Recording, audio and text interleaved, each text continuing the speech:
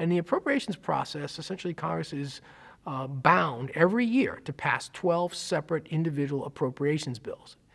And it's really important that people understand this. Congress doesn't have to pass laws in defense. It doesn't have to pass climate change legislation. It doesn't have to pass a health care law. But one of the things it must do every single year is pass appropriations. If it doesn't pass these appropriations bills, then executive agencies can't function. People won't get paid. Programs won't run. And so of all the things that is in front of Congress, the one thing it must do is pass the appropriations bills on an annual basis. And typically, as a result of its inability to come to consensus, it fails to do that. It fails to pass. In some cases, it doesn't even pass one of these 12 bills. Well, if the government is going to function, these bills have to be packaged together into one large omnibus bill and presented to the House and Senate as a package. The way the budget process looks now is that the president submits a proposed budget to Congress. That budget then goes to the budget committees in each house. And the budget committee is essentially set to drawing up their own budget. And so they'll use the president's budget as one source of information, but they also get information from their colleagues. They bring to bear their own values, their own ideas, and they wind up creating what's called a budget resolution in each chamber. The budget resolution sets out sort of how much is going to be spent by in each of the 12 categories. It says what the totals will be, how much will be spent in each category, various other sort of specific constraints that it puts on the amount of money that can be spent. And then there are other things like reconciliation instructions that are built into it. And then the budget committee reports its proposed budget resolution to its own chamber, right? One in the House, one in the Senate. If it passes each chamber, then it goes often to conference committee. At the end of the day, if the process is working correctly, both houses of Congress have passed the same budget resolution, which is called a concurrent resolution. It doesn't go to the, it's called a joint resolution. It doesn't go to the president for signature. So it doesn't have the force of law, but what it does do is structure the appropriations process going forwards. So then when the appropriations committees start reporting out specific appropriations bills, they have to conform with the budget resolution. And if they don't, then a point of order can be raised against the appropriations bills. So the budget resolution doesn't actually spend any money. It's not actually a law, but it does structure the way that the appropriations bills will be passed through each chamber for that coming year.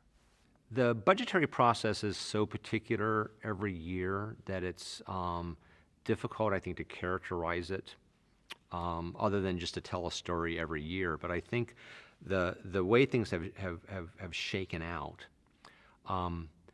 there are still the annual appropriations bills.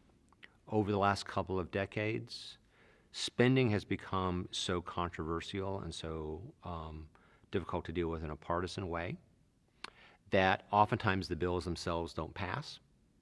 And Congress has to pass something called a continuing resolution. And the continuing resolution is, as the name kind of implies, continues spending past spending into the future, at least until Congress actually passes the appropriations bills. But increasingly, because Congress has been unable to, in most years, pass all the individual appropriations bills, the spending issues have gotten lumped together in a single continuing resolution, which encompasses oftentimes all of the annual spending of the federal government.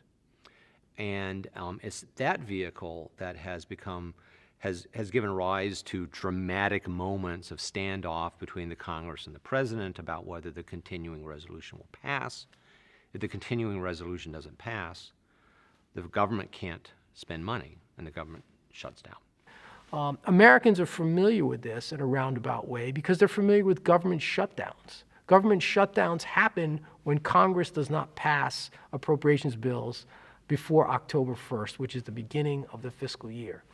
And so the omnibus bill in some ways has become almost like a saving grace because it's allowed Congress to package these bills together and pass them to allow the government to continue to function. So we can all go to national parks on Saturday and Sunday with our family. The budget process is one where we can see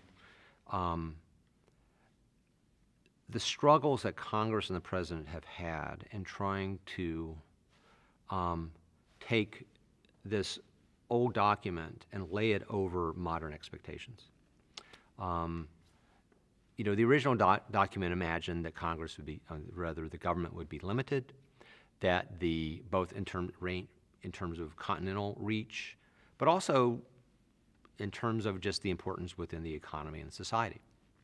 And so in that environment, the idea of, you know, passing spending bills every year for relatively limited government, you know, that's what the framers had in mind. Well, you know, beginning especially with the New Deal, you know, the federal government became one of the major drivers of the economy. And not only is it a matter of just a lot of spending, but that the subtleties of that spending can really affect the macroeconomy. And there's no constitutional provision for really macroeconomic planning. And that's now the role that Congress plays in the budgetary process. And I think one of the things I just like to say, a big idea, if you step back from budgeting, I think the budgetary process provides a glimpse into some of the challenges with trying to govern a complicated, continental-sized world power on a document that's changed very little from 200 years ago and that reflected a different version or vision about what government was supposed to be like. And so, you know, the 1974 Budget Act was supposed to give some organization and coherence to what Congress did. But it's not a piece of the Constitution.